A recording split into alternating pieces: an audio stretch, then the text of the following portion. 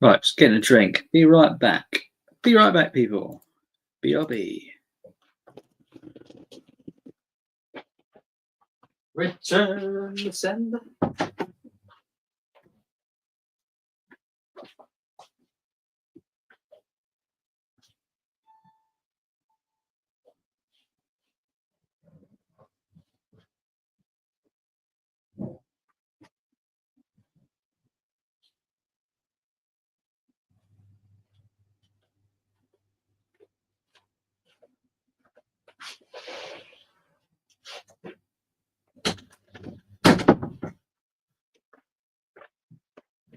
There we are.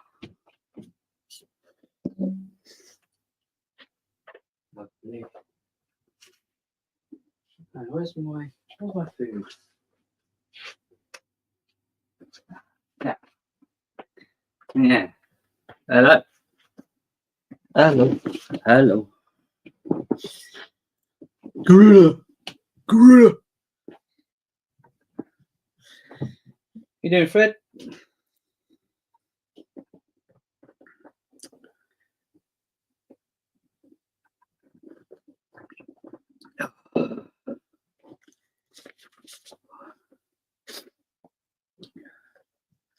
It's all right. Get a bit warm in here.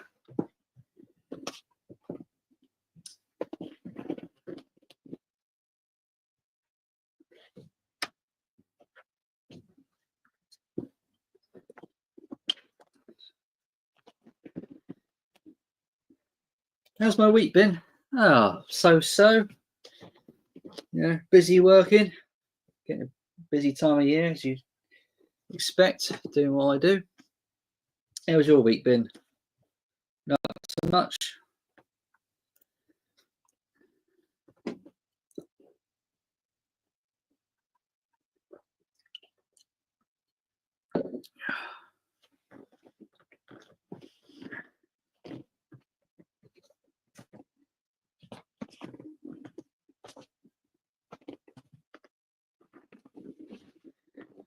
Staying busy is good. Yeah, absolutely.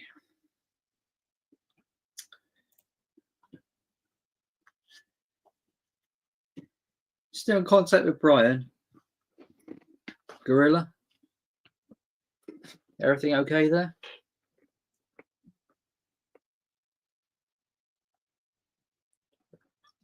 I haven't checked in on him for a while.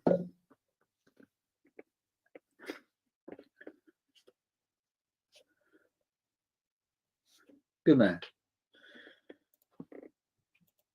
He's all right, is he?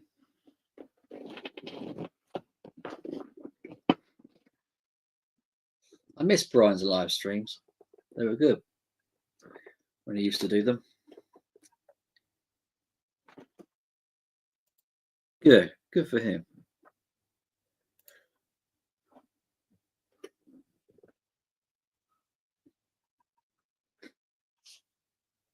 That's good news.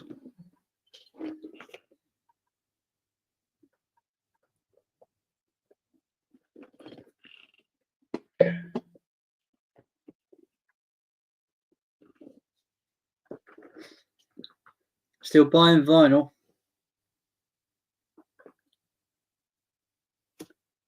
Let's get rid of this thing.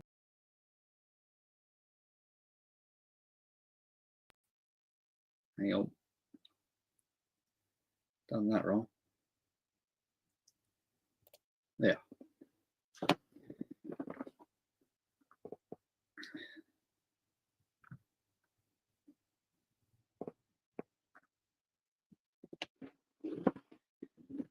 I brought a few 7-inch singles this week, actually. Where are they?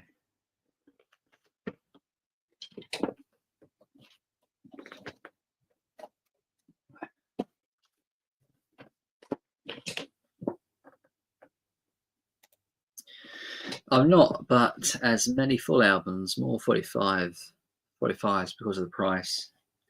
Yeah. They're a bit more affordable, aren't they? Cassettes too. Oh, cool.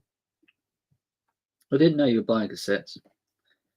I get the occasional cassette, actually. I do like cassettes.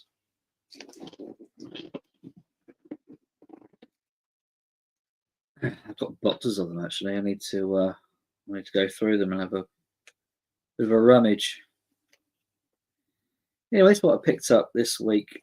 Start off with the cheapest one, 7-inch single. Popped in my local record shop. Bought the U2 Sunday Bloody Sunday single. £7.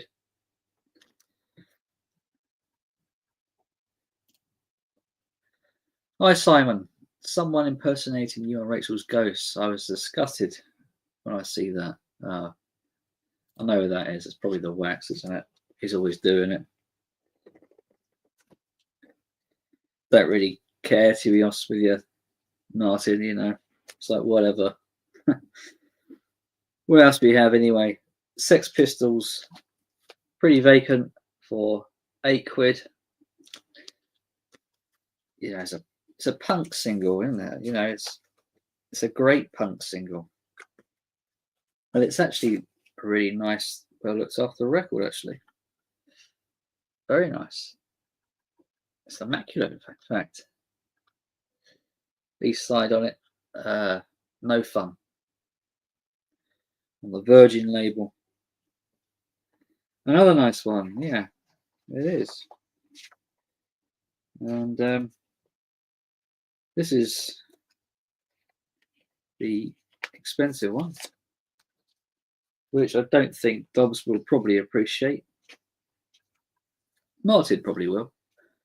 Oasis, Layla.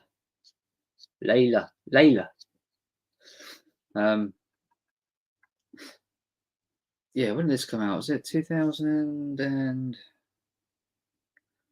can't remember now. 5 was it? I think so. Yeah, 2005. Yeah, and this was a little bit more pricey, as you expect, being an Oasis single. There's the record, and also B-side is Eyeball Tickler. Never heard of that one. Thanks, Marty. You probably know that I'm going to be appearing on Rachel's live stream near the end of the month. I said to her that I will come up and say hello and try and mend fences and what have you.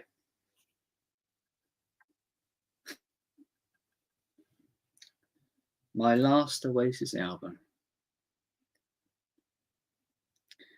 This is true. This is very true. Yeah.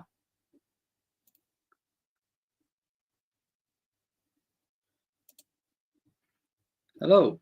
All right, Ian. Ian. Hey. I'll best get the link out there in case Ian wants to come on. Should he decide to? Let's get it out there.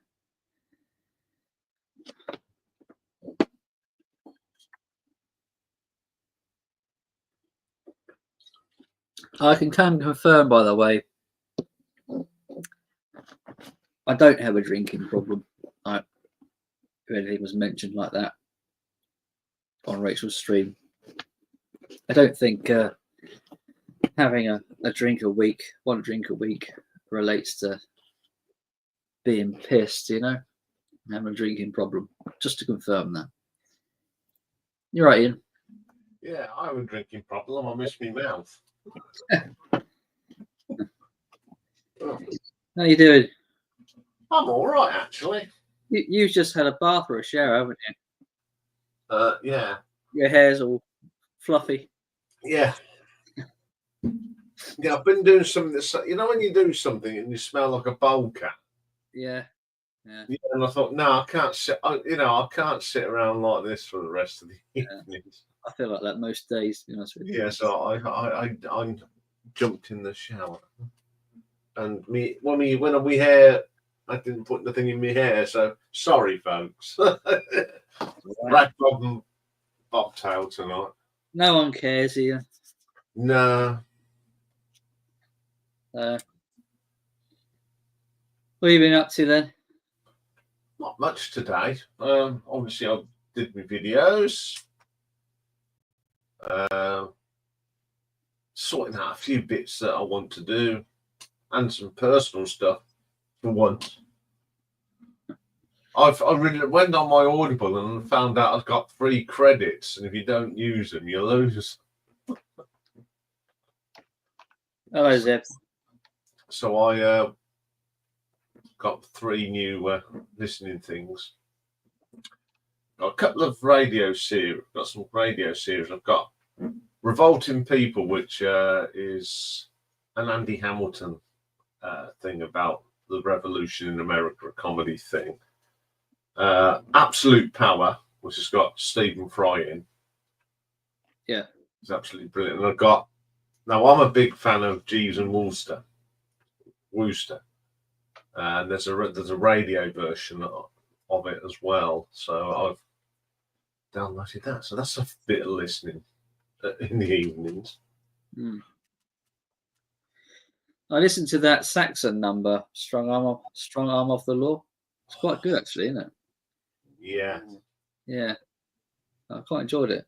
I might grab the other one for myself. There's always a history song on a Saxon album. Yeah, and that one is Dallas 1 PM. Are the 70s ones the ones to get? Them early ones, yeah. You've got Denim and Leather, Wheels of Steel, the debut album, which is just called Saxon, Strong Arm of the Law, and Crusader. And then it sort of went, but then if you want to get them now, get the last 4 albums that they've put out. Not the cover version albums, but, Carpe Diem is brilliant. Right. Battering Ram is fantastic. They went through a lean period, but they've come back hard and heavy now. I do have one of their albums, I think, on CD, one of the more modern ones. I can't remember what it's called. Buried in there somewhere. Yeah, I did pick up a couple of more Led Zeppelin CDs this week. Yeah. Yeah, all for the massive sum of £6 for the pair of them. Yeah, I gave you 3, didn't I? And 3 and 2. So I've got Houses of the Holy, right, and Physical Graffiti, which is my favourite Led Zeppelin album. So yeah, I should probably get them all now because I'm a completist. I think you probably will. Yeah. Yeah. My only little CD select. I can't believe I've got rid of them. That's what you're going to be looking for every time you go into a charity shop, isn't it? Yeah. Any Led Zepp? I just flick through. Any Led Zepp in your CD. Yeah, good albums. Oh, yeah. I can listen to Led Zeppelin anytime. I do like their music. Physical Night, yeah. Physical Graffiti. Yeah. Got my favourite track on that, Kashmir. I listened to an Athlete album today. I did, yeah. I forgot how good of an album it was. The Vehicle and Animals album, I think it's called. Yeah, brilliant album. That's a gem of an album, isn't it? I've forgotten how. It is.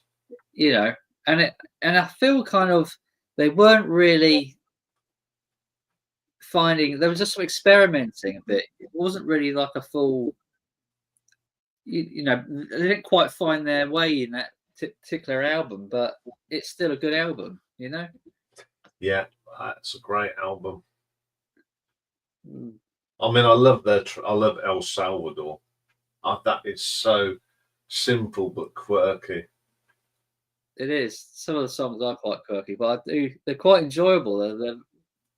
It's a very laid back album, that one, isn't it? Yeah, there's a live album where they play the entire album. Right. It's fantastic. I think the next album, Wires, is a bit more serious, wasn't it? Yeah. But that is, it's very simple. I mean, they're very clever guys. Yeah, it's a simple album, but I love it. I just absolutely love it. I don't get tired of it. So About the Zeb was saying they're overrated. I mean, Led Zeppelin are not my favourite band of all time, but I do like them. Yeah. Extremely popular though on here, aren't they? Yeah, you put anything Led Zeppelin up in it. Yeah. I mean, I did a short today. I went up today of Led Zepp once, so I don't know how that's doing. You're right, Mike. Good evening, Mike. It's a bit dark where I am. I'm going to put the extra light on.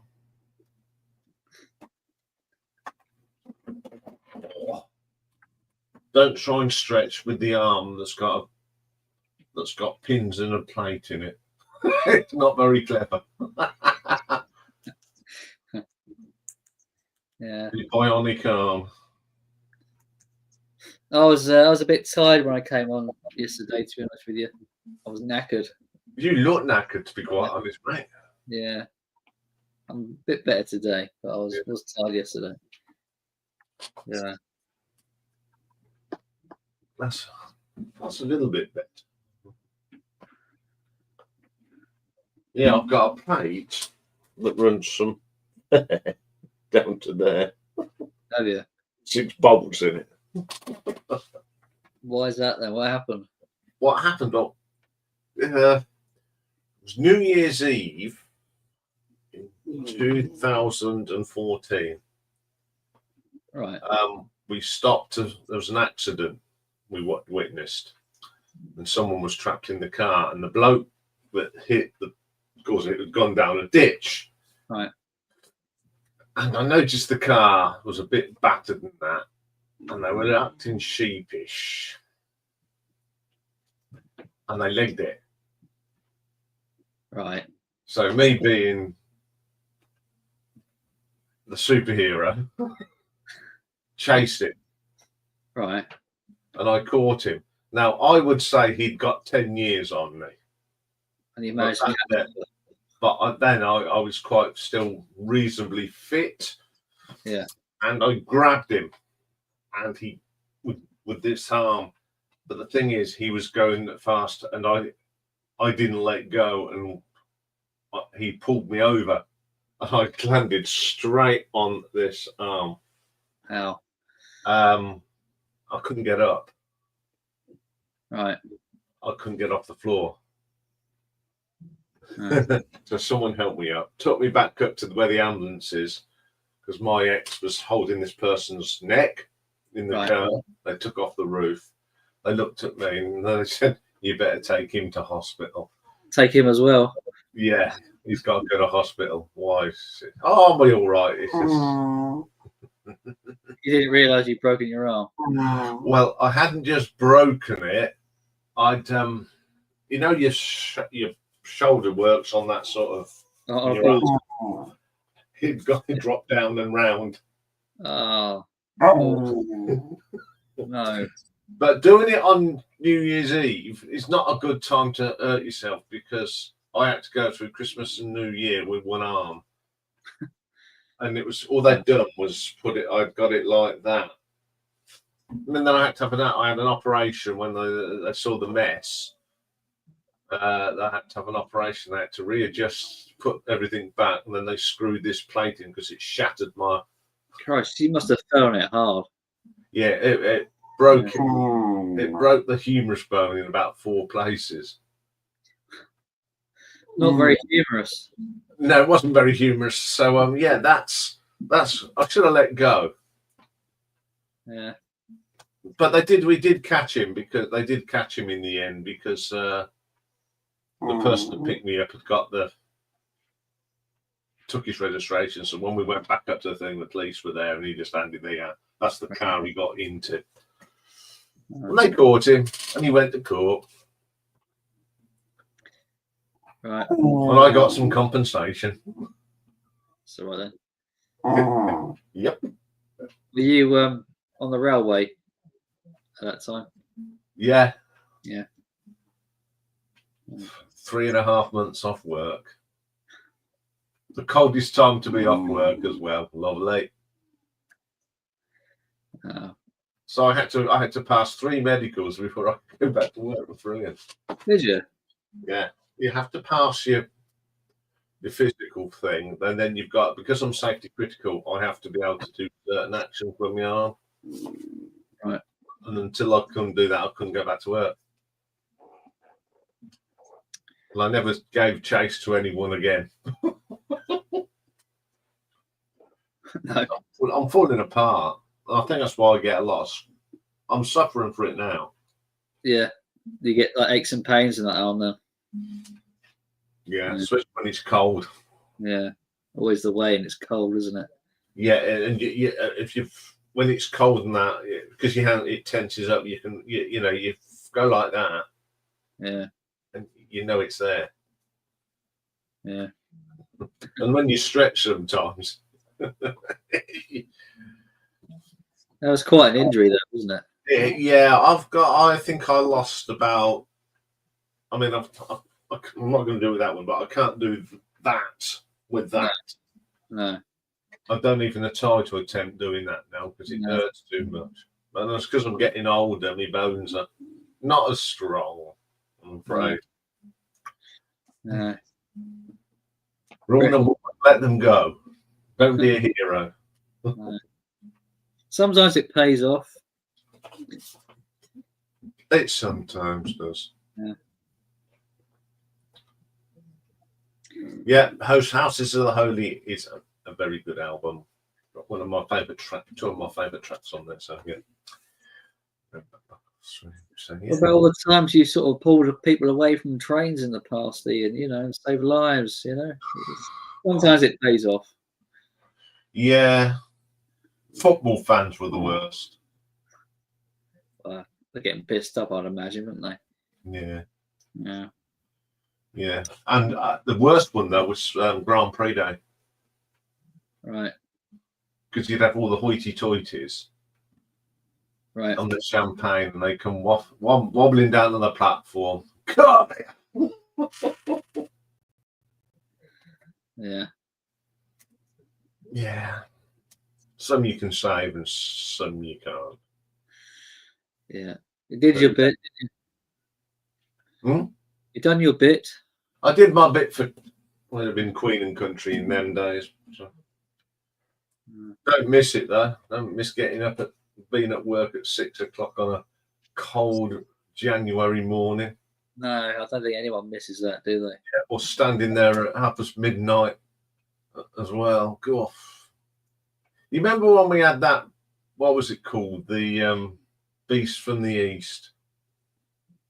Yes. Remember that? Yeah. I was working that night. I suppose what year was that then? 2000. It was well, been half. I don't know, but it was all I know. It was so cold. In Milton Keynes stations, like it, you've got buildings one side and a bank the other.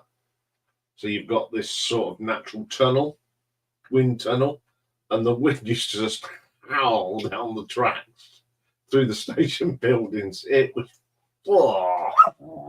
it was parky.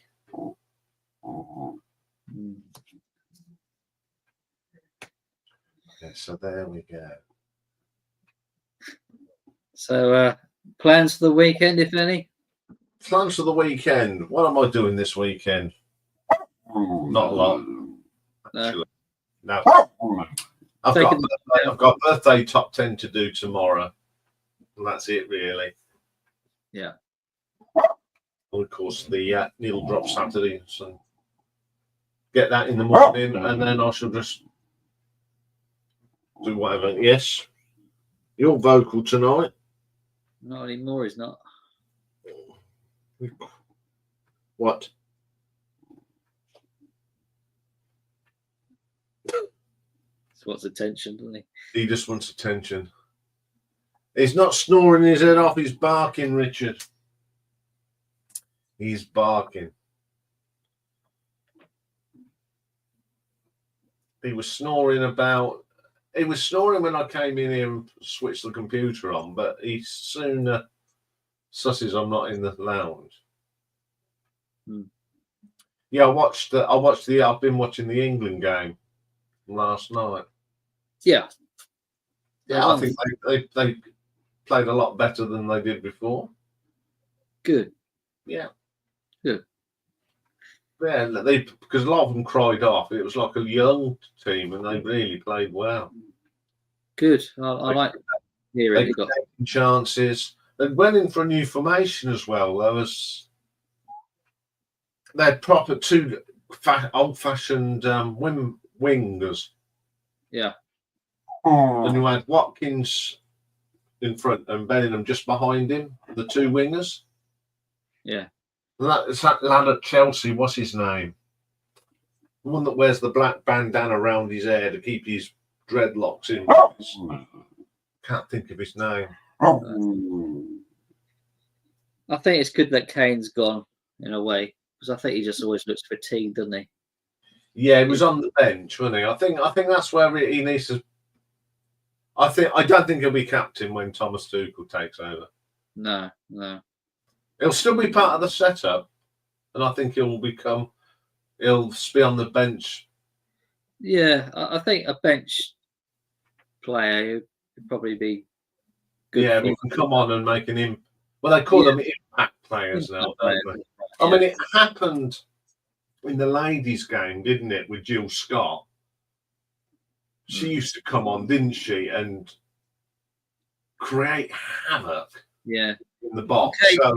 Kane has a gift where he can just create goals out of nowhere, and can't he? Yeah, but Watkins scored the first one, and so if England get into trouble, they could bring him on later on in the game, just to get a header in or something like that. That's it. Instead of playing him for, instead of tire him out for 90 minutes, bring him on for the last quarter, the last after 60 minutes, bring him on.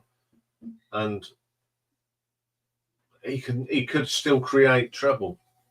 He used to, do the high press thing in these earlier years at Tottenham, but he just seemed to sort of slow down. When Mourinho came in, he just like slowed down. Let's see what happens when. I'm sure that I think they've got the momentum. I think they'll beat Ireland.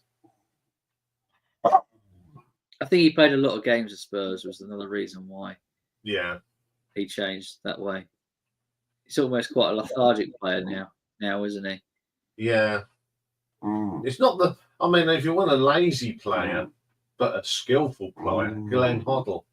Oh, master player. I actually saw him when I went to see England. He was playing. He dominated that centre circle.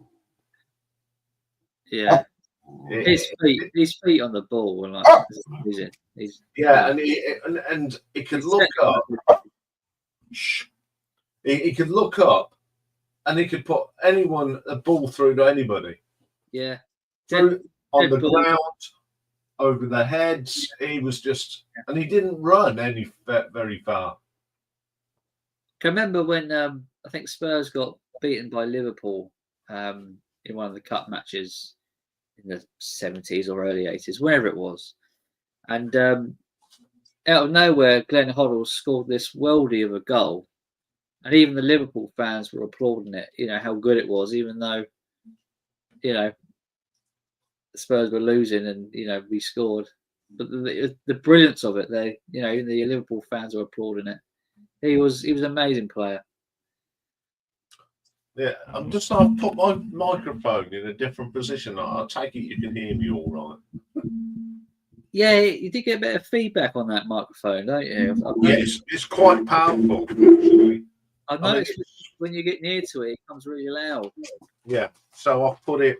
It's quite a way. It's not sort of different. See, it's sort of up here. You're right. But as long as you can hear me loud and clear, can you all hear me in the gallery?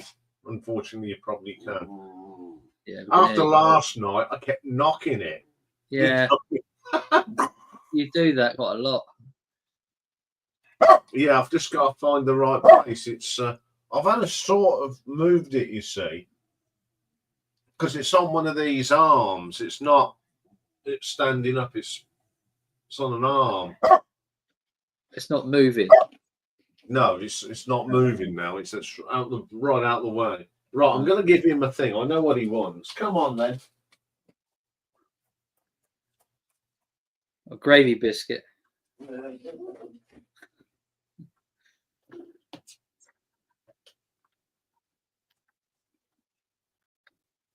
What do you want?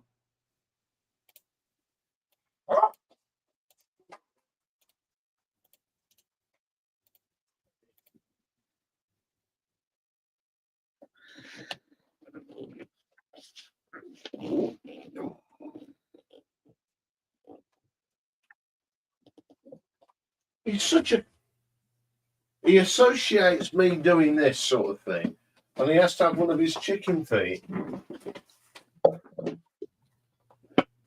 He's probably wondering what are you doing there, talking to that box Again.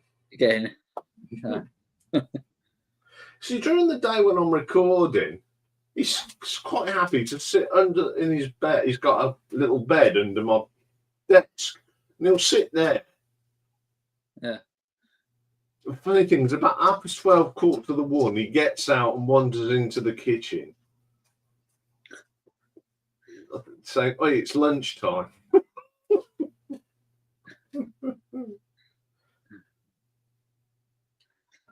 Pardon me. Yeah, But so you're gonna get another one day. Another dog. yeah, I will. Yeah. He's got so much. He's got a lot of life left in him. Yeah, Good. I hope he has. Dachshunds do. They can live up to 17. 17. Yeah. I mean, you've not eaten that. You know, for a 14-year-old dog, he's quite, isn't he? Healthy. Yeah. He's very got a healthy set of lungs, haven't you? Yeah. Yes. Go and lay down. You're not having anything else. I don't care.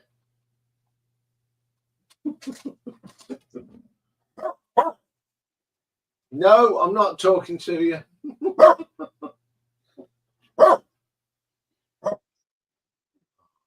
I do apologise, folks. You've been noisy now. Stop it. Come here. Come here.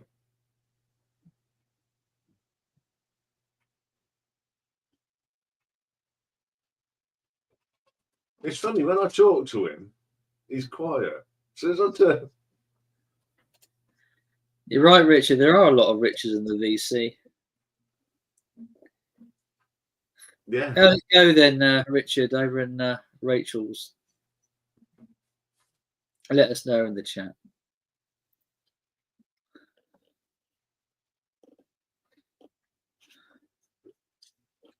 Yes, I didn't. Obviously, I was doing lots of things this afternoon until you told me you'd been over there today.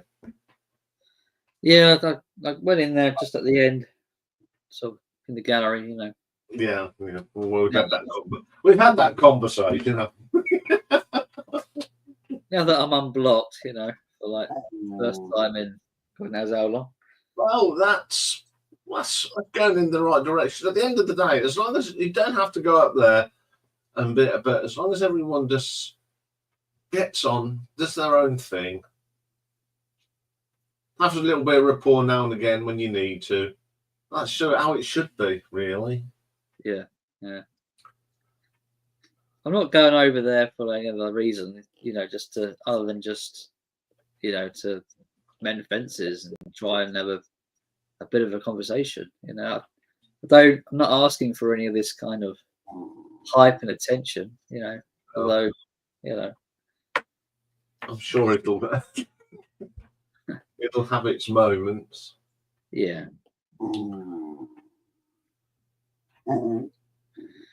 Yeah, that'd be all right.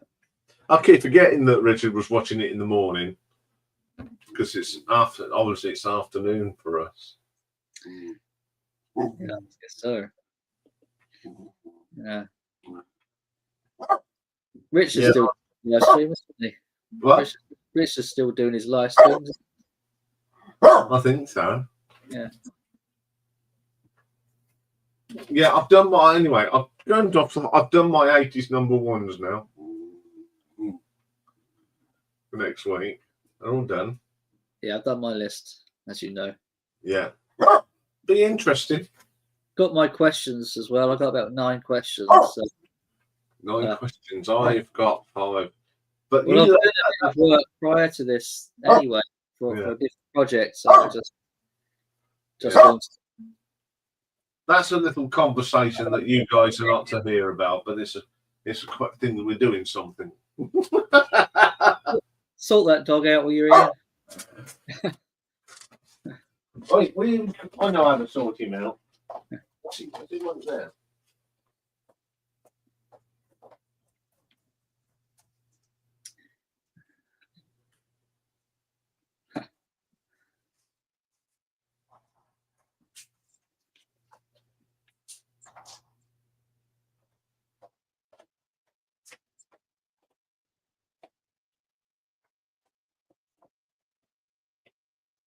Yes, true. Very true.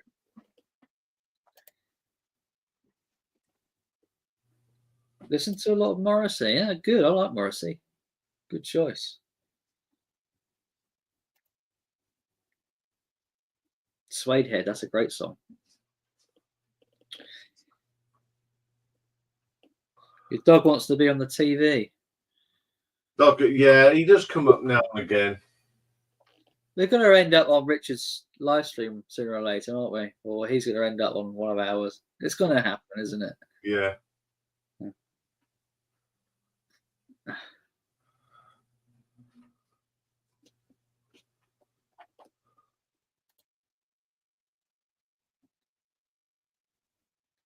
Yeah, like I pointed out in the chat, Martin,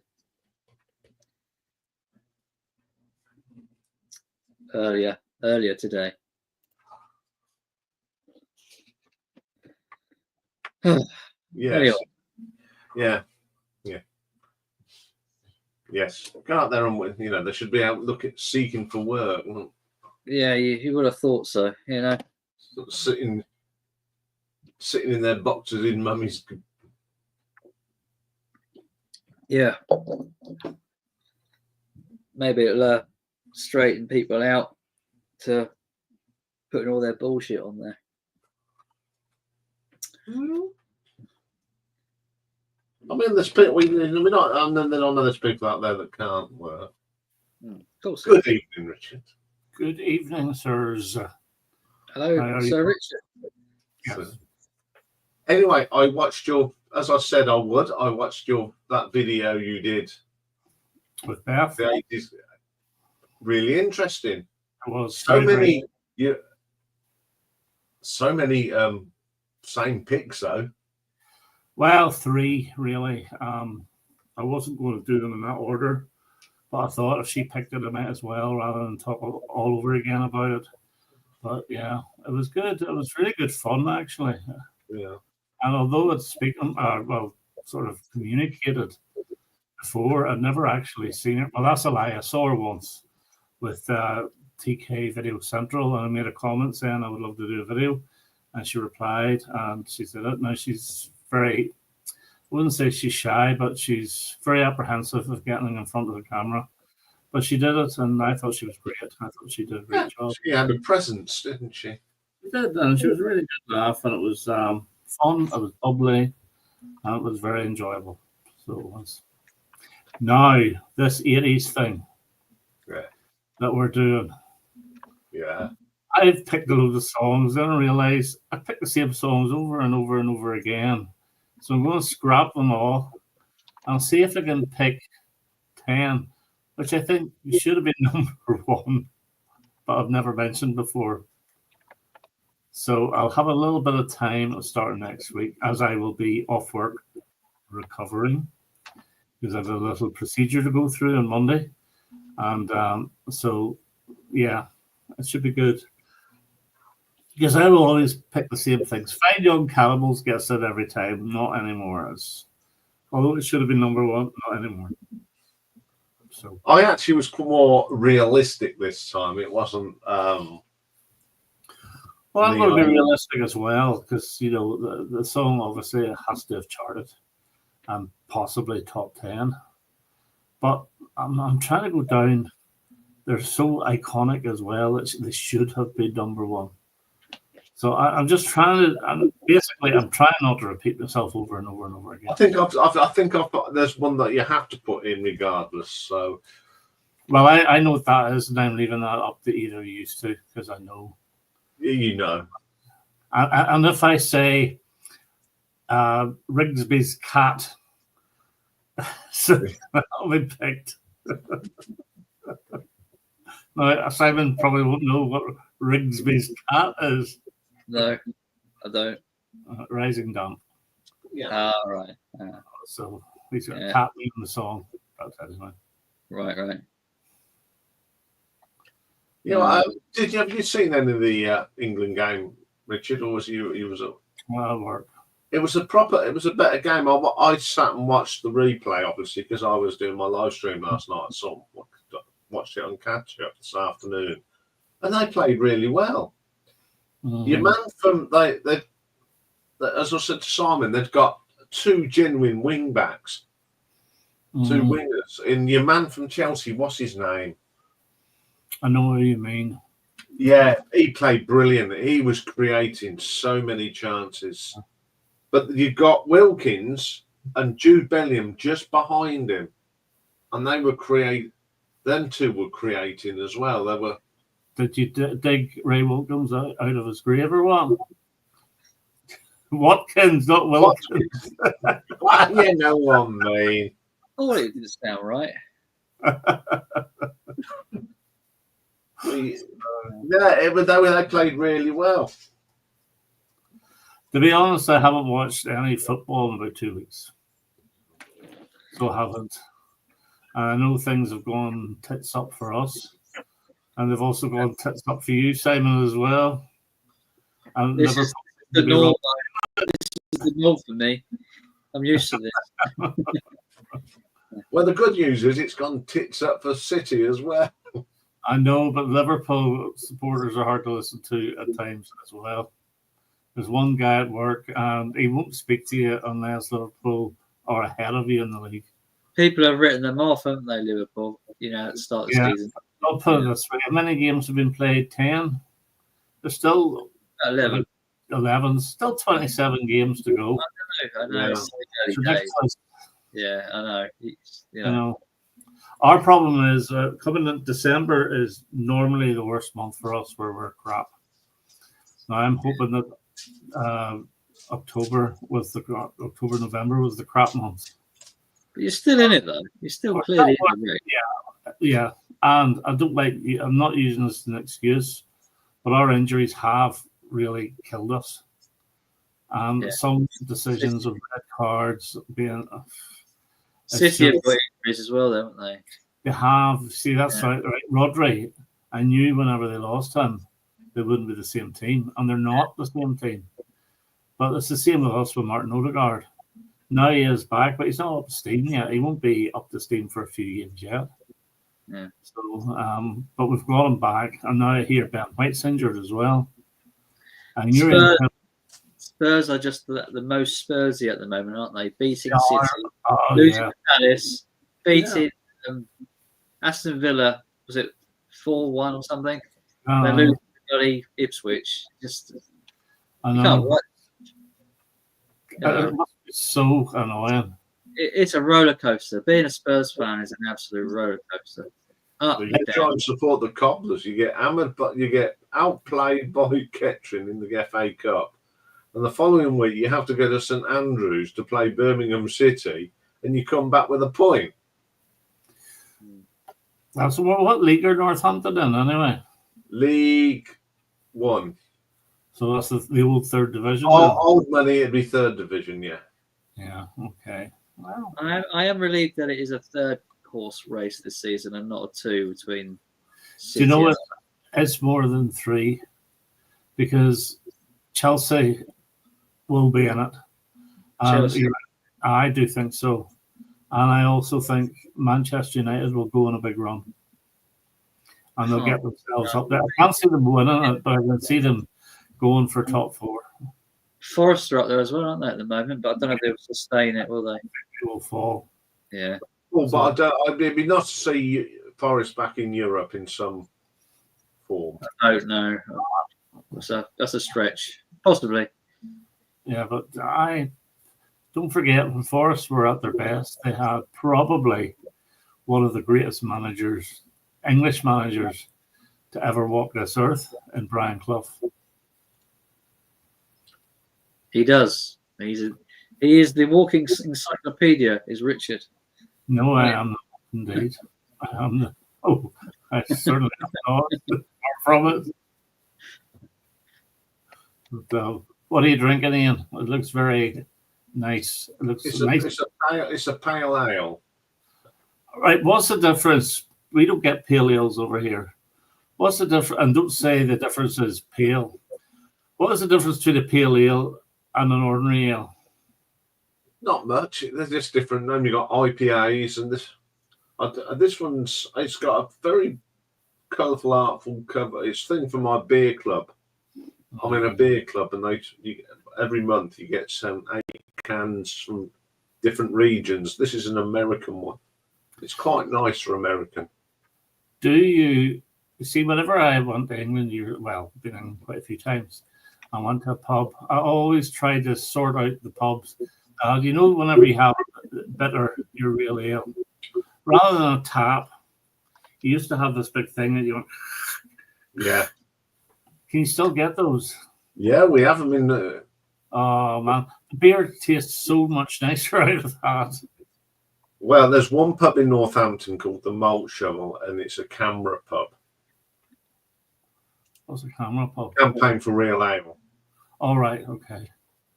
So those are all real ales. Oh yeah, those beers are flat. They don't have any. They're not carbonated in any. No. So that's why you have to sort of push them out, pump them out. Yeah. Right, rather than. It's like that John Smith, John Smith Smooth. Mm-hmm. Now they invented that. Mm-hmm. Basically, John Smith Smooth is a bitter put through a Guinness system. Right. Okay. Because when my brother had pubs, he showed me. He says, "Look," he says, "this is the setup for the Guinness, and that's the John Smith Smooth." Yeah. Loving these ciders. Strongbow cherry cider, really nice. I know I'm wrong here, but cider always implies apples to me. It does. Yeah, it does. It's like some people would say, "Oh, for raspberry-ade, I like pink lemonade," and I keep saying, "It's not lemon, it's raspberry." Do you know what I mean? Yeah. I mean, I drink cider a lot in the summer when it's really hot. And I went into a pub, was it last year? Pint of cider, please. What flavour? And I went, cider flavour. Apple, yeah. When we haven't got that on draft. I says, you what? You haven't got a traditional cider on draft. Mm-hmm. Oh, we've got this black. What Ribena? I said that's blooming Ribena. There are 2 drinks that over the past 10, 20 years have really, really sort of expanded. One is cider, because in my day, I used to be able to buy bottles of Strongbow or Old English, and that's it. Oh, Woodpecker, sweet cider. And the other one is gin. The only gin you could buy here was Gordon's gin. You might be able to find a bottle of Beefeater gin. But now all these off-licensed supermarkets have got whole aisles dedicated to gin. Now, gin, when I was growing up, was regarded as mother's ruin. Yes. Which was the drink that the old woman used to drink. Yeah. Yeah, it's like vodka as well. We had a vodka bar here in Northampton. But Dave and I, frankly, was in there. I can't drink vodka at all. It makes me sick. No. Ugh.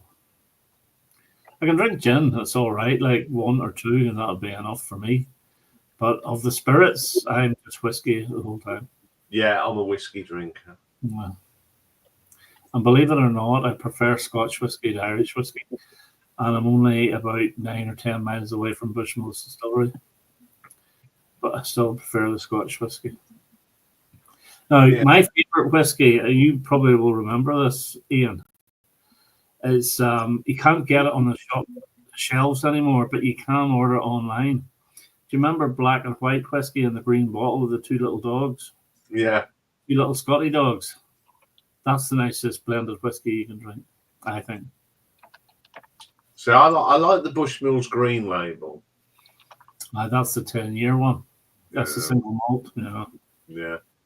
But they say that the nicest one is the Black Bush, which is better, supposedly, than the ordinary Bush. But Yeah, No. I've got a bottle of that at the moment. mm. I Do you don't like drink it a lot. Do you mix your whiskey? Do you put mixer in it? No, what I do put, found this out when I was up in Scotland. I went round the Glenlivet distillery, and they said that the best way to take whiskey is with a drop of water, and then they mean a drop. Mm-hmm. So they set the two. They had the same 2 whiskies. Neat. Took that, yeah, and then they got this little jug and literally went like that. This bloke did, and he said, "No, try it now." And I went, "Can you tell the difference?" I said, "Yeah, it hasn't got the harshness at the back of your throat." Hold on a wee minute, though. If he got you to drink the other one first, that means that your mouth is being covered in that. So whatever you drink next will not feel as harsh. It's like the first drink of wine is usually a bit, ooh, and then the second one is, oh, that's not so bad after all. It coats your mouth. I think you're a wee bit of a scam there. But I tried it when I got home though. all right, okay. So it does, you just need a little. I actually brought one of the little jugs, so you can just do the dink, and that's how I like my whiskey now. I don't like it with ice. And if you're going up, I can have a single malt ice. I know. I don't say anything. I just look.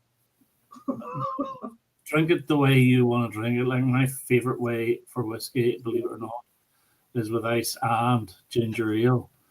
Now, it used to be Canada Dry ginger ale, but they changed their recipe and it became darker and it became more gingery and it wasn't as nice. And for years, I couldn't get any decent ginger.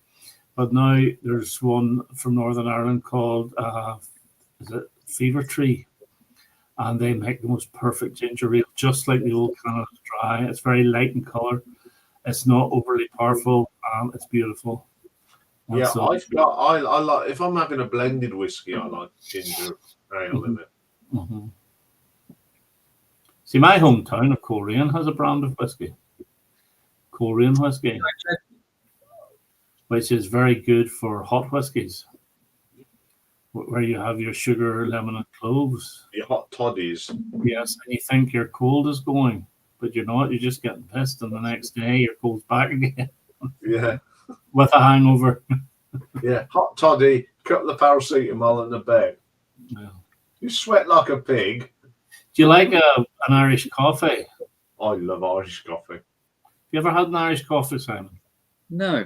What is It's an Irish coffee? And in a glass, it's just your whiskey, supposedly Irish whiskey, with your coffee, Nescafe or whatever, or sugar if you want. Put it up with water to about 4/5 of the way up, and then you layer fresh cream on top of it. And the fresh cream floats on top. Now, it's very difficult to do it unless you whip the cream. So if I'm doing it, I whip the cream, and then I can get it to sit as a layer. But whenever you taste it, it's beautiful. The coldness of the cream before you get into the whiskey flavored coffee, it's beautiful. I That's hate nice. when they That's go nice. to a restaurant and they put squirty cream on it. No, they shouldn't be doing that. No, it has to be fresh cream. Ideally, it should be poured over the back of a spoon to make it sink, but I can't do that. It just sinks. Yeah, I've got a knack of it. But But it does help when you had a brother that was in pubs and he showed me how to do it. But that's another one that gets you hammered very quickly because you have to try and drink it when it's hot, because whenever it starts getting not so hot and tepid, it's not very nice. So you Right. drink it quickly, and the next thing you know, you're legless. My brother used to, when he did them, they used double cream. I never even thought of that. That could actually work. That's why. I It was works. whipping cream. Oh, Yeah. The double cream, because it's a little bit thicker. yes. And if you put the brown sugar, you put the brown sugar in the bottom of the glass. Mhm. And I mean, I make, if I make them, I've used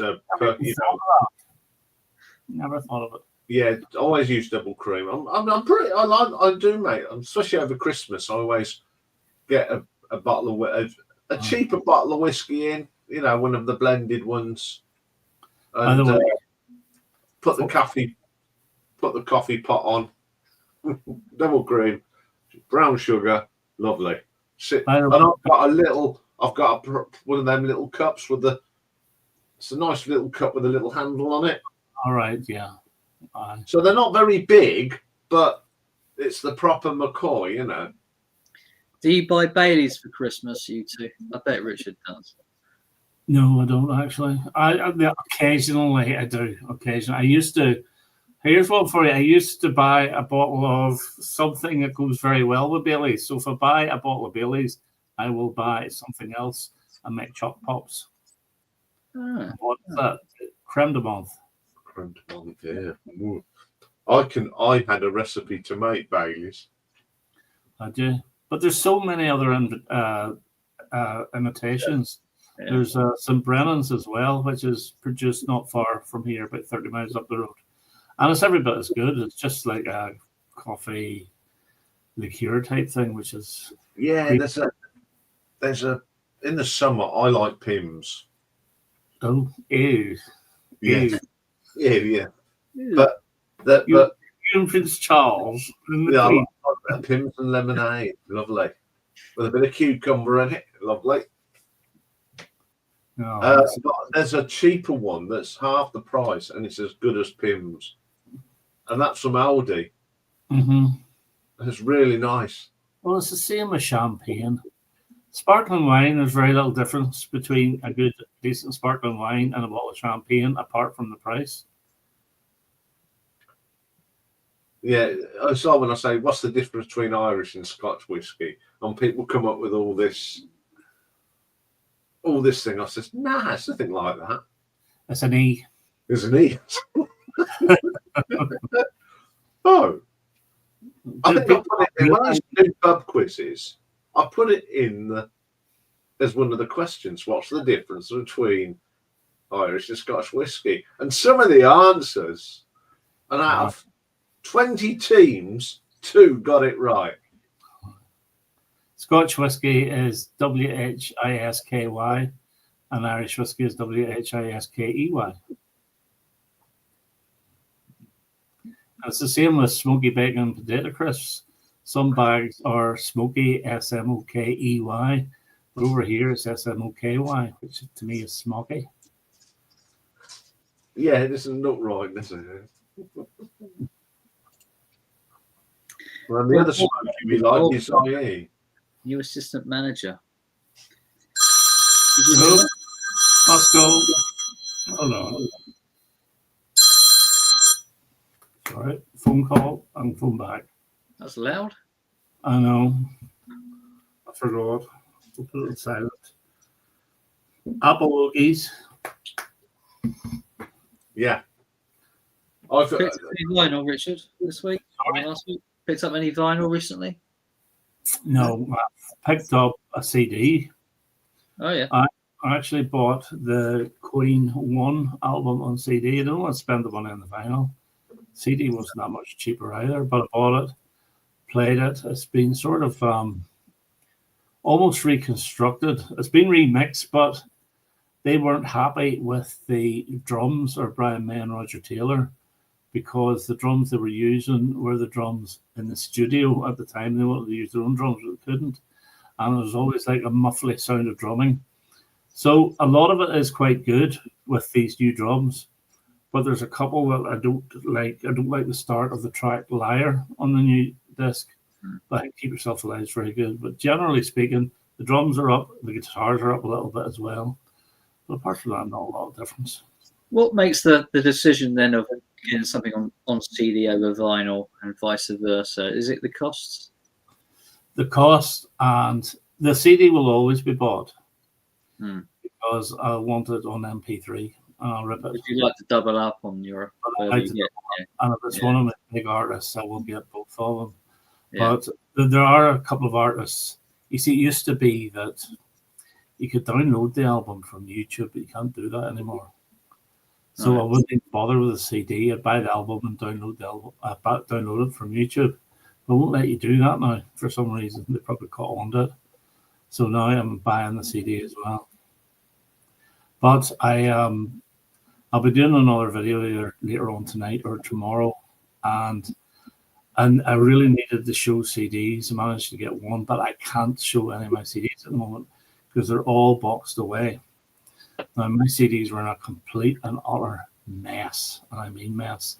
And the last room tour I did showed that. Yeah, I remember. An absolute mess. But hopefully before Christmas, actually, I'll be able to show. It's cost me a fortune, but I bought a load. I'm actually getting a lot of CD shelves custom made with a few DVD shelves, a bit like those ones that are behind you. But it should cover the whole side of one wall.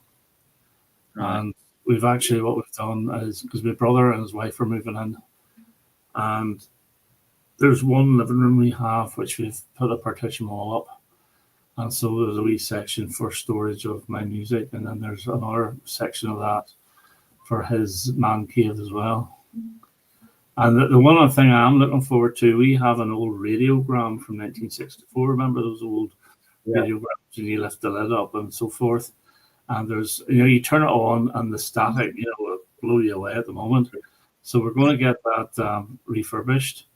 I actually got a brand new needle for it on the internet, and I knew the code of the needle because my father, he kept the actual instructions from 1964 in there, and it said, "Welcome to Hi-Fi of 1964."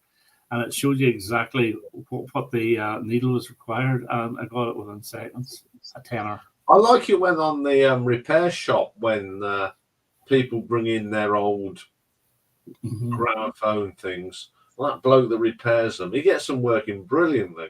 Yeah, I think it just needs hoovered out, taken apart and everything hoovered out. And so we'll get that done at some stage, probably at the start of the new year. But it'll be nice to get that going. It would be actually really nice to have it done for Christmas, but it's not going to happen. Oh, we can't say too much about, but do you get that email, Richard? I did, yes. I have to have another look at it again. Yeah. Because I was on the way to work and then I forgot about it. Yeah, as long as you got it all right. You're doing a video, weren't you, or a live streamer on it? No, there's a Tate-a-Tate. I think right, I probably won't be available for that, so I'll have to email you in. Okay. Well, I don't know. I'm not going into too much because we're on live now, but I'll tell you more about it next weekend. Because although we're having a meeting, we're not doing what we're doing that day. That's going to be set when everyone is available. Right. Okay. So it's going to be done like we're making a video, folks, but we're not telling you what it's about. There you go. Okay. It's a secret. Big secret. Well, did you enjoy your Muse top 10? Yeah, was good. Yeah, I watched it, but to be honest with you, I didn't know any of the songs at all. So but you would have done. No. But you would have liked the conversation, wouldn't you? Yeah. Hmm. But no, it was good. Yeah, you must have been last week, and doing 2 in one day. Yeah, well, I'm not doing anything this week. Well, I'm doing a birthday top 10 tomorrow, but that's it. That's about it. Mm-hmm. I know what. I've actually pulled out the record for Needle Drop Saturday already. It's sitting on the top of the deck. Guess what I tried to do last week? I think it was last Saturday night. I tried to go live. I Did you? didn't succeed. No, I didn't succeed. What happened then?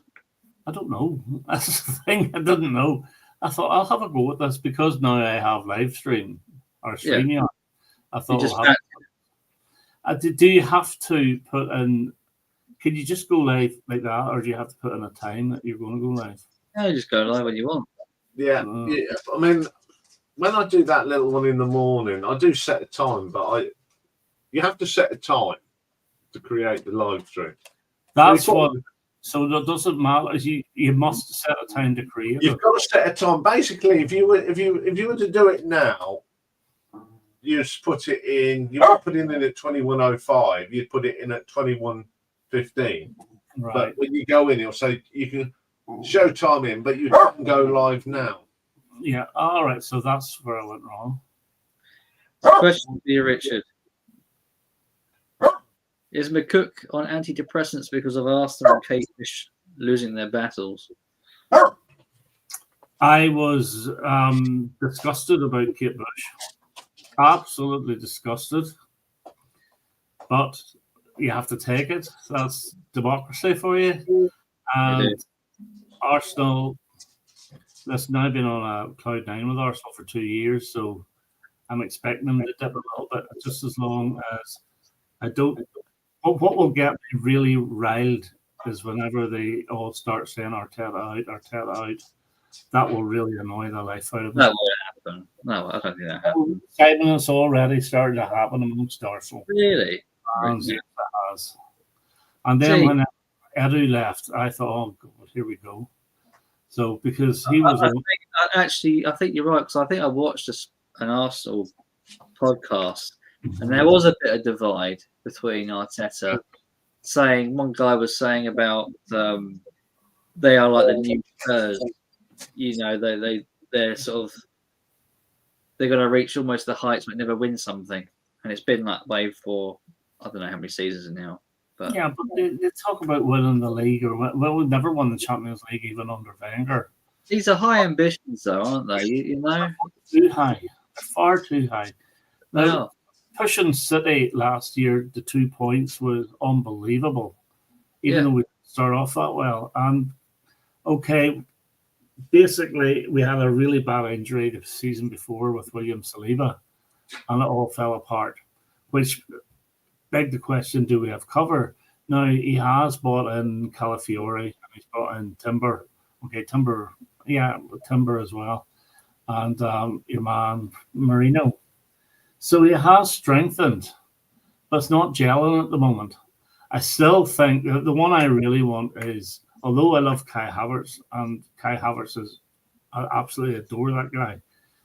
There's too much on his shoulders at the moment, and I want Victor Gyökeres, who's putting in goals left, right, and centre. Okay, it's in the Portuguese league, I think. Not as good, but still, I would put the vote out for him. I really would. And I would get rid of Trossard, unless Trossard agrees to be an impact player, because he can't play a full game. It's just not good enough. But put him on for 20 minutes, he'll cause havoc. I get the feeling this season we're going to have a match in the cups, Richard.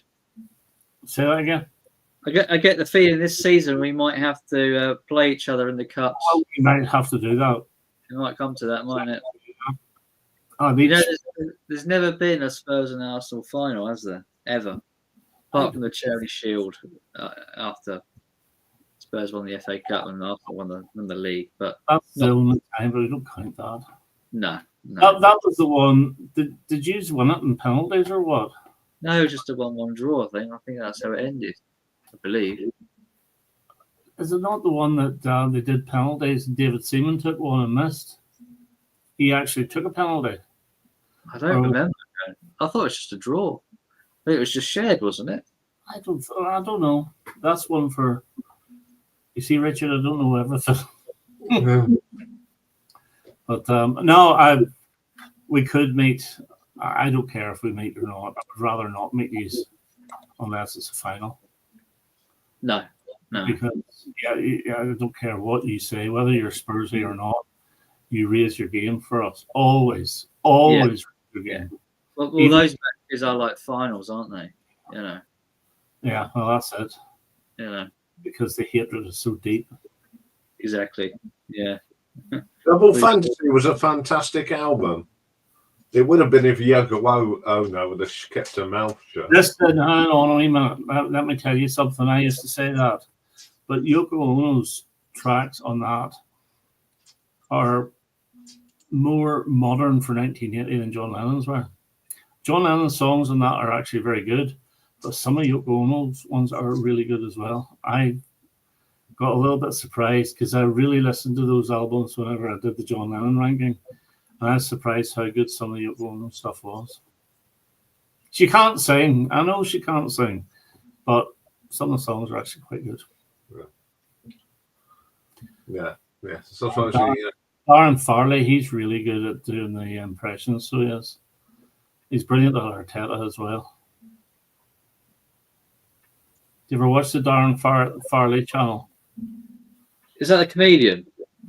He's a YouTuber. Is that right? Sorry? Is he an impressionist? Yes. Yeah. I've seen bits of him. Yeah, I've seen the bit he's done Kane in the past. Whenever he does Steve Gerrard, he starts off with "Eee."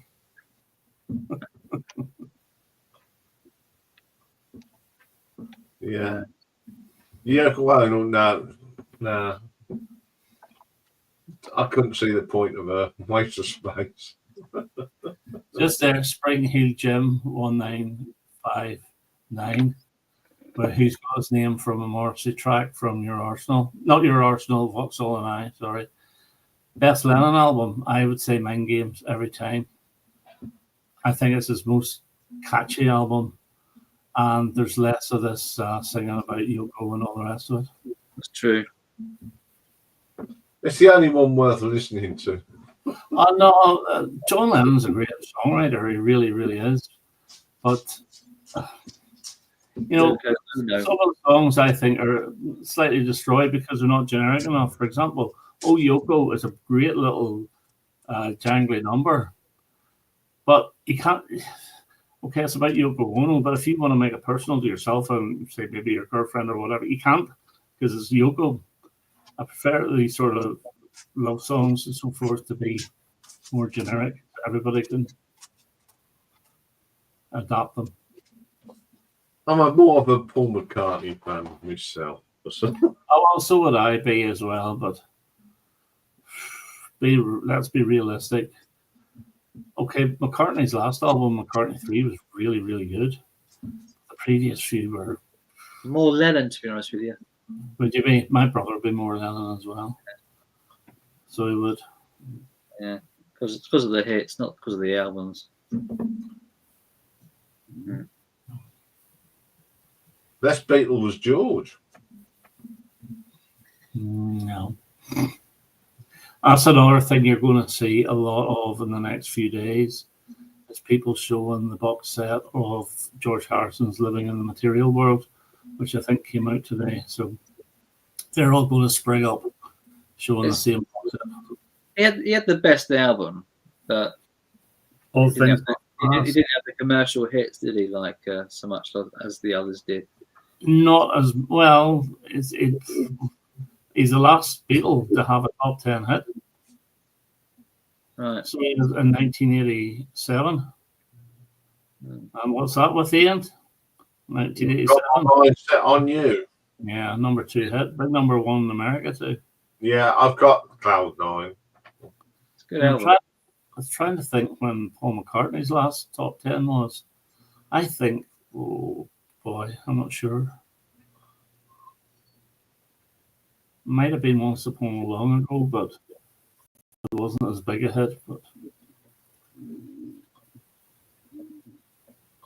See, I can't think of Paul what about McCartney. Ringo Starr? Are you a Ringo Starr fan, anyways?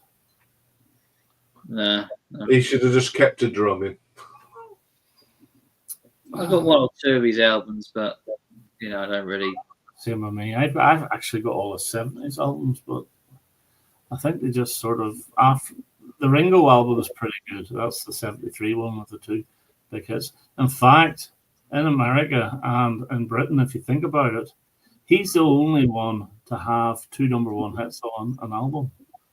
In America, Ringo had Year 16 and Photograph. And then the next closest was Paul McCartney, with often regarded as his worst album, The Pipes of Peace and Say. But I love that album. Yes. Tell a Lie, wrong. I forgot. Sorry. John Lennon had it with Starting Over and Woman, but that happened after he died. Yeah.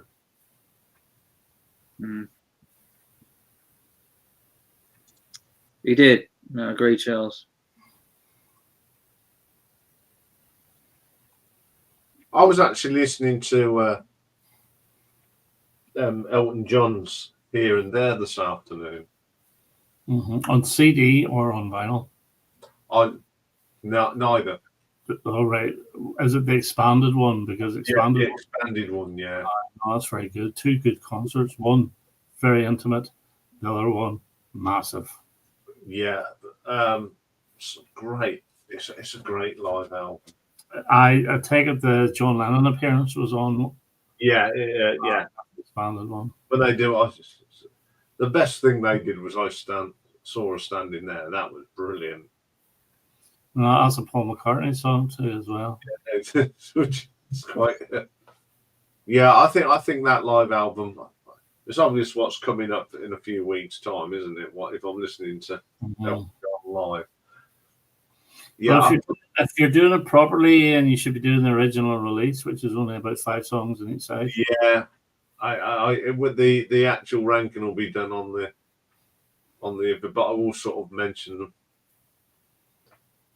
Thing. Yeah, I've listened to a couple. I listened to the one with the date as well. That little intimate.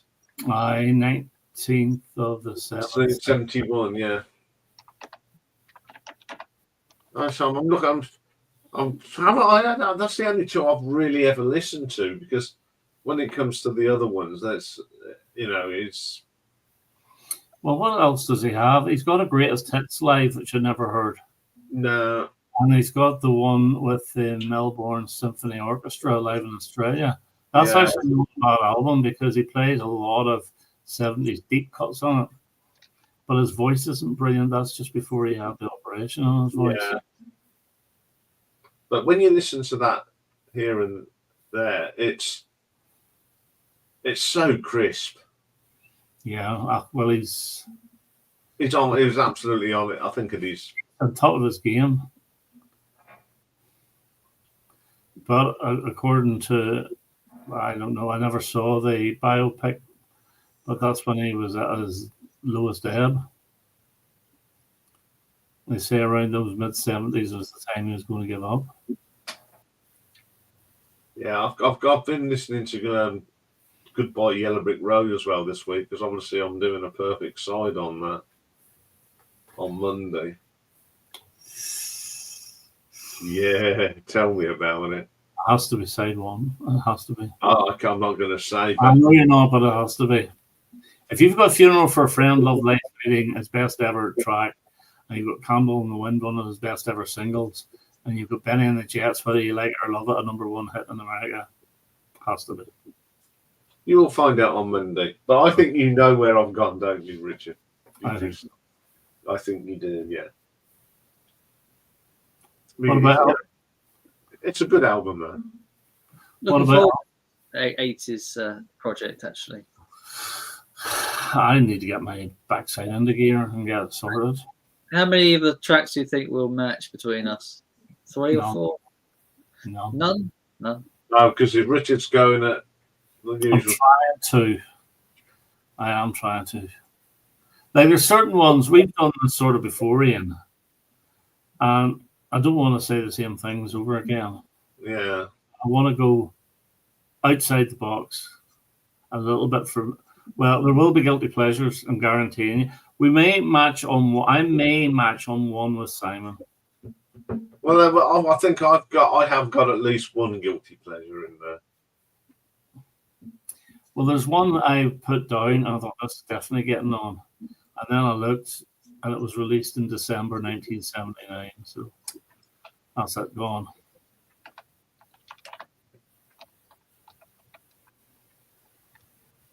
Okay, yeah.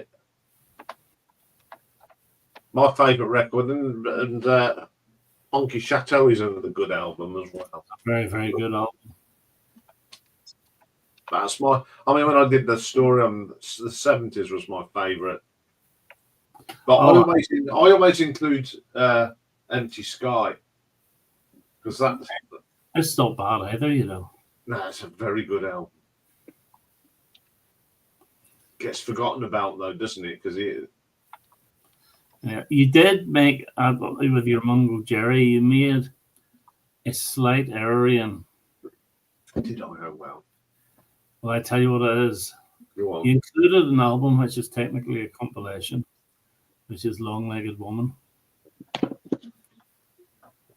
Oh well. It's a good album though. It's not bad actually. It's all B-sides and a couple of A-sides. Yeah. I've got it. It's actually pretty good. That was enjoyable to see that because I don't think anybody. I've been meaning to do a Mungo Jerry ranking of the 70s albums for about 3 years and I still haven't got around it. No, I don't have to. But as I also said, that on every album, there's at least one that sounded like Baby Jump. Oh, I know. Well, that's just the way it is. So it is. Same chord as was it Eric Morecambe said? I maybe play. Was it? I'm playing the. Playing the correct chords, but not necessarily the right order. That's the one. And Right. there's lots of tracks like that with on the Mungo Jerry's albums. I used to thought someone, who's Mungo Jerry? I said it's a band. I thought it was the bloke with the bushy ear. And I said that's Ray Dorset. Is Mungo Jerry not a cat from Charles Dickens or something like that? There? Yeah, it's a character from somewhere, isn't it? Eric, question for me: have I got a favorite Morrissey album? I do, and it's Vauxhall and I, followed by Your Arsenal, or his best two albums, and then the one I would actually put third, believe it or not, is Kill Uncle, the one that nobody likes. I think it's really, really good. I can't remember. I think Vauxhall and I was my number one pick. Vauxhall and I and Your Arsenal are great. Both for that. 92, 93 was his best time. And then he went a wee bit proggy for his Southpaw Grammar album with a couple of tracks, some 9-minute long songs on it. And then he went, the one after that, Maladjusted, was a pretty good album with 3 excellent singles. Yeah. But the rest of it just didn't it was below par, and then he took a break. And he's got a completed album, but nobody will publish it. You see, Richard S. is going to do a Gary Newman studio album ranking. Well, that's a mighty task. There's a mighty task. Mm. I've medication will be required after that one. Yeah, I did it. It's fourth. I like Newman, but to me, Gary Newman, a double best of his Beggar's Banquet years is enough for me. I do have quite a few of his albums, but they're all the Beggar's Banquet ones. But the hits and the best LP tracks on an album called, it's a double album, and I can't remember the name of it, but I've got it anyway. And it was one of the very first few albums I owned on CD, LP, and cassette. And today I've listened to The Queen Is Dead. Great album. Yeah. You know what's coming with that one, don't you? A Smith's ranking. Have you not done a Smith's ranking? I've done a Smith's ranking. I've done that. The Queen Is Dead is a classic, so it will be featured as a perfect side soon. Right. Do you want You know the way, sorry, you did the Bay City Rollers, Yeah. and it did so well, and I said it would do well. And I don't think you've done this, but maybe you have, but I don't think you have. If you want another big hitter, I suggest you do Mud. And there's only about 7 albums or so. Yeah, I think they're there somewhere in the list. You should do them, Ian. From Mud Rock up to, I think the last one is Rock On, I think, as you call it, or As You Like It. I've got one Mud album. Let me It's see. got- 1, 2, 3, 4. 1, Mud Rock 2. Use Your Imagination. It's Better Than Working. That other one. I think that's only 6 albums I have. I think I've got a compilation and it's got a live version of Tiger Feet on it. Yeah. Yeah. And it's got it, although it has got their version of In the Mood on it. I think that's why I brought it. Well, In the Mood is on one of the first 2 albums anyway. I'm going to get it. I can't remember what it's called. You'll know it.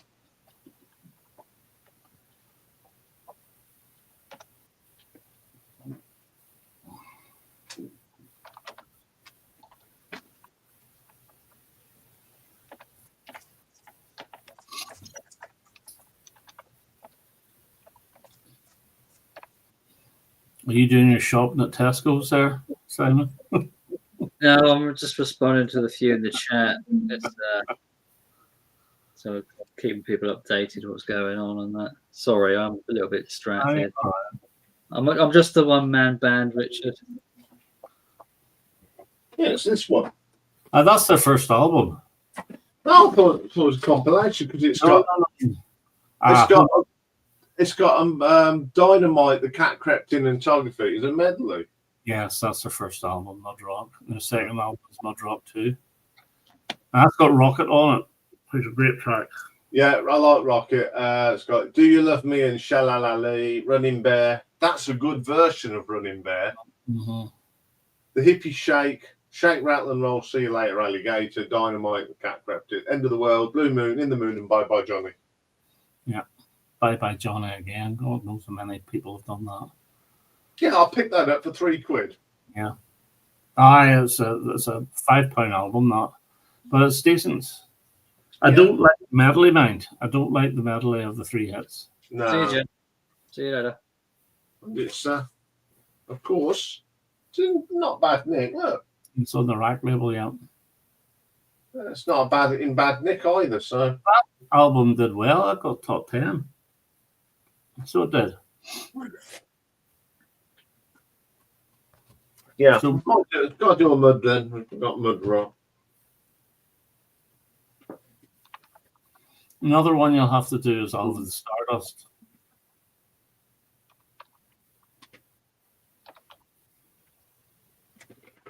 Talking of Bay City Rollers, do you think we should do a deep cut Bay City Rollers, Richard, at some stage? No. No. No. I think the singles are the best, honestly. The deep cuts, no. I want to do the sweet. I know we're going to do a sweet deep cut, aren't we? We do a sweet deep cut, yeah.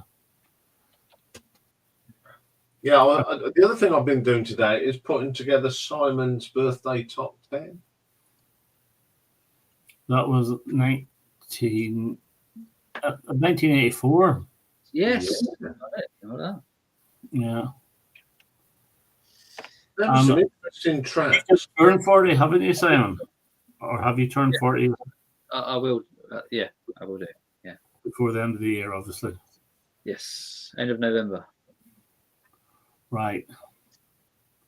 I'm trying to think. Well, see, 1984 was a big year in December for Band-Aid. I know Chaka Khan. This was pretty. Chaka Khan. Chuck a brick. As my mate used to sing. I feel for you. That's the one. Yeah. There's some really good tracks. Now, I didn't realise that one person, he had a hit, and I can't remember it. Name me the person. Shaking Stevens. Oh, in 84, that would be Teardrops.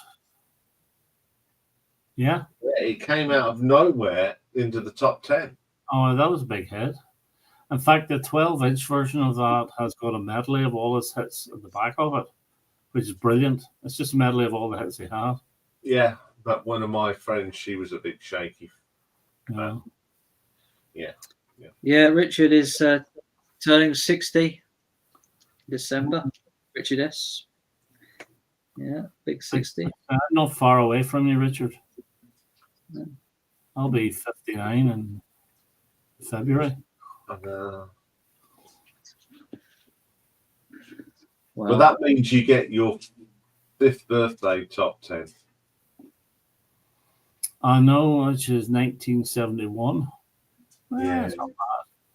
In February, that's just before Hot Love, though. I think. I think I had I think I had things like Middle of the Road, Tweedledum and Tweedledee on mine. The road as well. Maybe Chirpy Chirpy Cheep Cheep or something like that there. Some can't see mine. No, it's something that I'll put it away now because it's in the old book. But yeah, wasn't Band-Aid 84 yes, that came out? Yeah. Band-Aid came out. But one band took over the whole year. Who was it? One band in particular took over the whole of 1984. U2? No, Frankie Goes to Hollywood. correct. Mm. 3 number 1 hits, 2 of them staying at the top for about 9 weeks each. Relax. Although Relax was an 83 single, they got to number 1 in 84, and then 2 Tribes got Forever. And there are all these T-shirts that Frankie Says and all the rest of it. So everybody was going mad for Frankie Goes to Hollywood. Yeah, my mate had a T-shirt that said, "I don't give a what Frankie says." And it was really the main year that one of the biggest superstars became big in the UK. One of the world's biggest superstars. Michael Jackson. No, he was big before that. It begins with M. Madonna. Yes. Yeah, Seeing her on Top of the Pops doing Holiday as an 18-year-old, my eyes were just popping out of my head. they won't pop out now where she looks. Well, yeah, she doesn't accept her age, basically. But Yeah. some people are, But Madonna was fantastic on Top of the Pops. Loved it. Absolutely loved it. Yeah, she had a good year, didn't she, in '84? Well, there was some decent music in '84. The Smiths, What Difference Does It Make, was '84, and Heaven Knows I'm Miserable Now, and William, It Was Really Nothing. So they had their debut album in '84, and then Hatful of Hollow, the compilation album, in '84 as well. And then Lloyd. Status Quo give us Going Downtown Tonight. They also gave you the Wanderer as well. The Wanderer, Meta Blues, Old Rag. That's a Blues '83, really. But Lloyd Cole and the Commotions had Rattlesnakes, which was a fantastic album as well. Style Council had really good singles and a decent album, which I didn't appreciate at the time, but appreciate it more now. Cafe Blue. Yeah, '94 as well was the year that the rumours that the Deep Purple Mark II were getting back together. There's rumours going round. Queen had their comeback album, The Works. One of the better albums. It's okay. It's better than the previous one, of course. It's my second. The Works would be my second favorite of their albums from the 80s. Hot Space would be number 1. My favourite album from the 80s is from Queen. I do like The Game. Everybody likes The Game. The thing about The Game is there's 6 songs and they're Well, they're not all brilliant. There's two Duffs. Don't try suicide. Shocking. And if you actually listen to it, the way the bass goes, and then there's a ching ching with the guitar, which is echoey. It's just copying the Police's Walking on the Moon. Yeah, I'm not a fan of that one. I like Dragon Attack on that though. I think that's brilliant. Yeah, but it's dancey as well. Maybe rock dancey. But Sail Away, Sweet Sister, even the flipping title makes you want to vomit. I'm not really the game. It's all right. Not the worst. no. Oh, and of course we had the soundtrack to Flash Gordon. Yeah, that's all right. It's the soundtrack, but The Hero's a great track. What's that? The Hero is, yeah, I like that.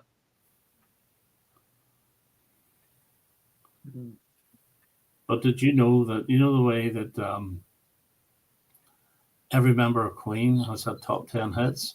Brian May's had one just in at number 10 with Flash. That's his only top 10 hit for Queen. You know, when you think of other ones they did, like Fat Bottom Girls and Save Me. What else did he do? Hasn't done that many, actually, really. He hasn't. I mean, John Deacon had a lot of success. He did, didn't he? Well, that's only one credit. Although he did get top 10 with I Want It All, it was credited to Queen, but it's really his song. You know, it's his song. I think it's John Deacon, the only one to have a number one in America, with another one bites the dust. No, Freddie got to number one in America with Crazy Little Thing Called Love as well. Do you know In fact, what? in 1982, number ones for him. I'm not a big fan of Crazy Little Thing Called Love. It's all right. It's overplayed. It is. There is a alter. Like I always thought that sounded like I'm trying to be Elvis. And then there's a song called Man on the Prowl, which I always think he tries to be Jerry Lee Lewis. Now, I personally prefer Man on the Prowl, but nobody else does. So I went to a New Year's party once, and the theme was go as a pop star. Mm-hmm. And I actually went as Freddie Mercury in the Crazy Little Thing Called Love video. Oh, did you? Yeah. And did they not? He probably looked like one of the Village People. Well, he hadn't got his moustache there. He hadn't got his moustache at that time, and his hair was very greased as well. Yeah, and I did have a pair of I borrowed a pair of leather trousers. How are the Kinks doing this week in Battle Royale? Shall we have a look? I'll have a look. Hold on. I haven't voted yet. Let's have a look. Who won the last one? David Bowie won the last one. Yeah, and Blue Monday. Right. Well, Can you stick the link in the chat for people who want to vote on that? Yeah, I will do the link as well. No problem. Right. Vote for whatever track they want. Yeah, I'm just got. What else? There we go.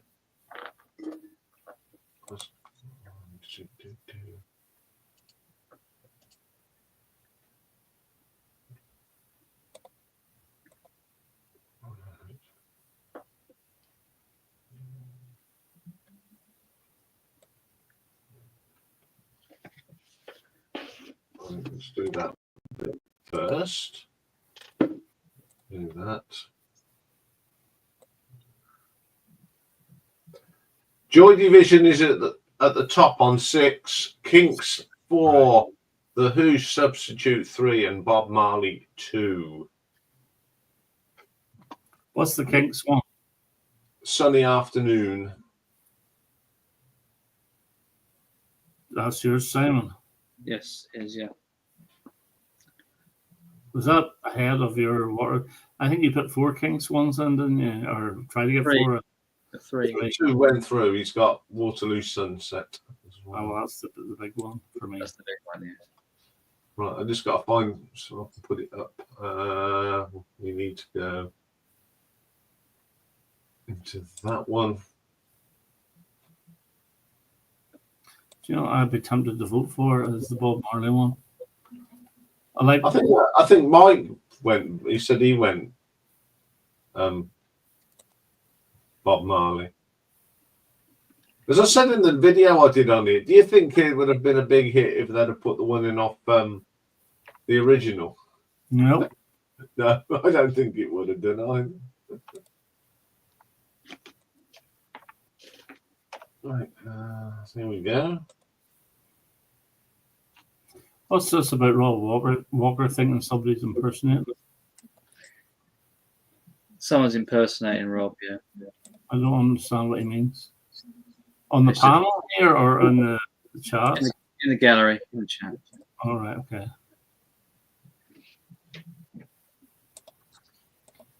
This is happening a lot. Yeah. So somebody's got the name Rob Walker, let the music play. Yeah. So is that Rob that says the Beatles are overrated? That is Rob that says the Beatles are overrated. I think we'll know it's Rob when it's Rob. Well, hopefully this will be the right one. Can somebody impersonate someone and still have the same thumbnail? Right, I've put the Not saying post some- on it.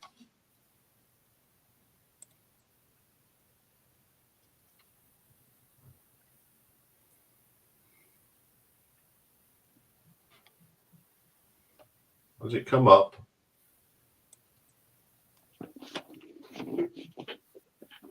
or the link. Yeah, No, nothing's come up. that's strange. Okay.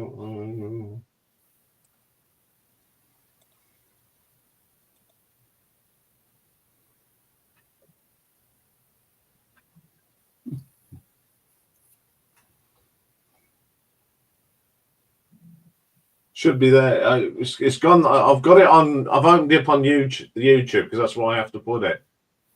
It's in between two Rob. Rob Walker's. Yeah. Well, I don't know. Can't see it. That's strange.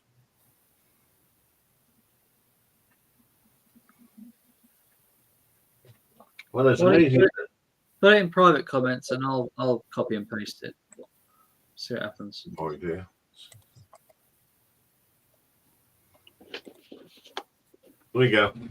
Yeah, it's in the private, Yeah. but that doesn't help anybody who doesn't have the private channel. Someone will just copy it and paste it in.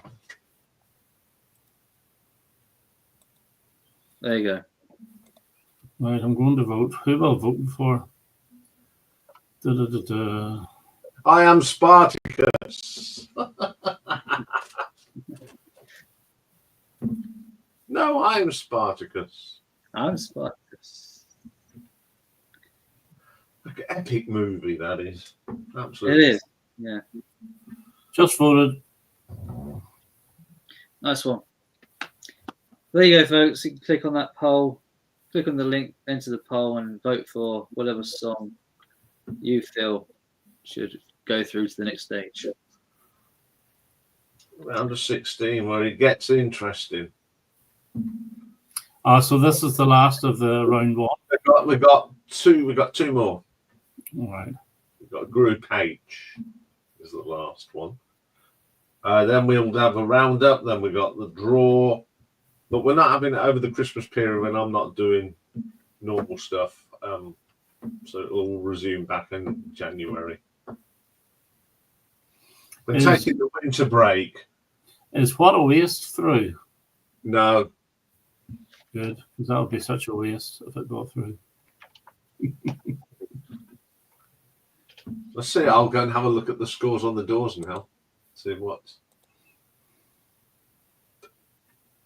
So it's 8 votes now for Joy Division, 5 for Sunny Afternoon, 3 for Bob Marley, and 3 for The Who. Zeb is asking, did you get to hear Love Will Tear Us Apart by Swans, Ian? Yes. And that's all I'll say. That's all he has to say about that. Have you heard Love Will Tear Us Apart by Paul Young? Yes, I have. So you're not saying anything about that either. It's a tad better. But the best version I've heard of Lovers Tear Us Apart is on the New Order live album, the one that they did at the Isle of Wight. Absolutely brilliant version, that is. That is a good song. I have to admit, I have the single of it. It is good. Yeah, I mean, it's a really good version on that live version. But you see, New Order. I know Jimmy Barnes is a massive fan, and Stevie's Vinyl Cupboard's a massive fan. I just thought they got very, very dancey very, very quickly. Yeah. They were very indie, even although Blue Monday is a bit of a dance song as well, but it's got that sort of dark, almost gothic indie groove to it, which I think is fantastic. And Confusion wasn't brilliant, and Thieves Like Us was good, but then I thought they got really, really 80s dancey. Yeah, that was one of their live albums in Burnham. We went, we're really pleased to be here. Come on, show a little bit of enthusiasm. I think that one that's got the funny title, the Greek number 5 and MILF and all that. It's got no atmosphere on it. Mathematical equation, Ian. Yeah. So it is. Did you not do maths at school? Nah, I didn't do that. I was not into all that. As long as I could add up, take away, and subtract, I was happy. That's all I needed to know. But there's no atmosphere. There's nothing. There's a little bit of very badly mixed. I hate live albums that there's no crowd on it. Do you know, I'll tell you a live album I hate. And this is, I'll give you 2 examples of it. David Bowie's Stage is one example. Another example is ELO's Wembley and Bust. I hate live albums that between each songs, they fade out and then they fade back in again for the second song. So there's a gap between each song rather than hearing the crowd go through and then starting the new song.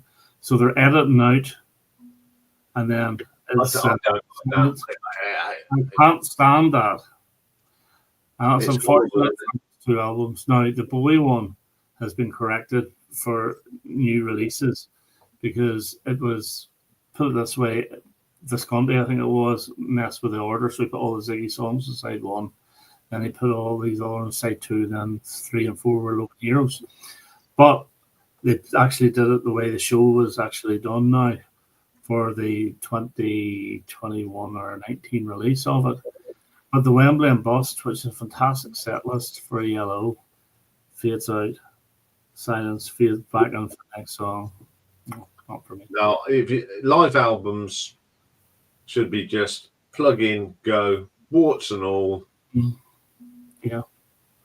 Well, but part of a live album is to actually hear the crowd as well react to the song being played. And that's why I love the Steve Hart and Cutler Rebel album Face to Face. Because especially whenever the best years of their lives is singing that, you hear them singing with them. I know. It's brilliant, isn't it? It's fantastic. Or like Queen when they do Love of My Life. Especially on the Live Killers album. Yes. Absolutely. Oh. Yeah. That's not a bad version, actually. It was a very, very minor hit single in 1979. But that's not a bad track, actually. Yeah. But there's one album, which normally I would say live albums are not as good as studio. But there's one live album where I think nearly every track is better than the studio version. And that's Talking Heads, Stop Making Sense. Absolutely wonderful. And it's released now as a double album, the full concert, the full show basically, because it's almost like a movie, which you can see on YouTube. It's even better watching the visuals. That man, David Byrne, at that time, the amount of energy he had running around the stage, he must have been absolutely exhausted. It's like someone's put a clockwork key in his back Oh, at you the know, beginning of the gig, and then they've took the key out and hit the switch, and off it goes. and then Tina Weymouth, who's playing the bass, all she's doing is bopping up and down. She's doing more than any Jane Fonda workout. That's brilliant. It is a good good album. Oh, it's fantastic. So it is. But well, listen, folks, I'm going to hit the road here. So Yeah, I've got to shut it down too now, fellas. So sorry. I've got to shut it down too as well. All right, okay. I thought you said somebody was 2-0. No. Right, well, sure, I'll be in contact over this next thing on Saturday. Okay. Okay, all the best now. Goodbye. Bye for now. Bye. Bye. Bye. Bye.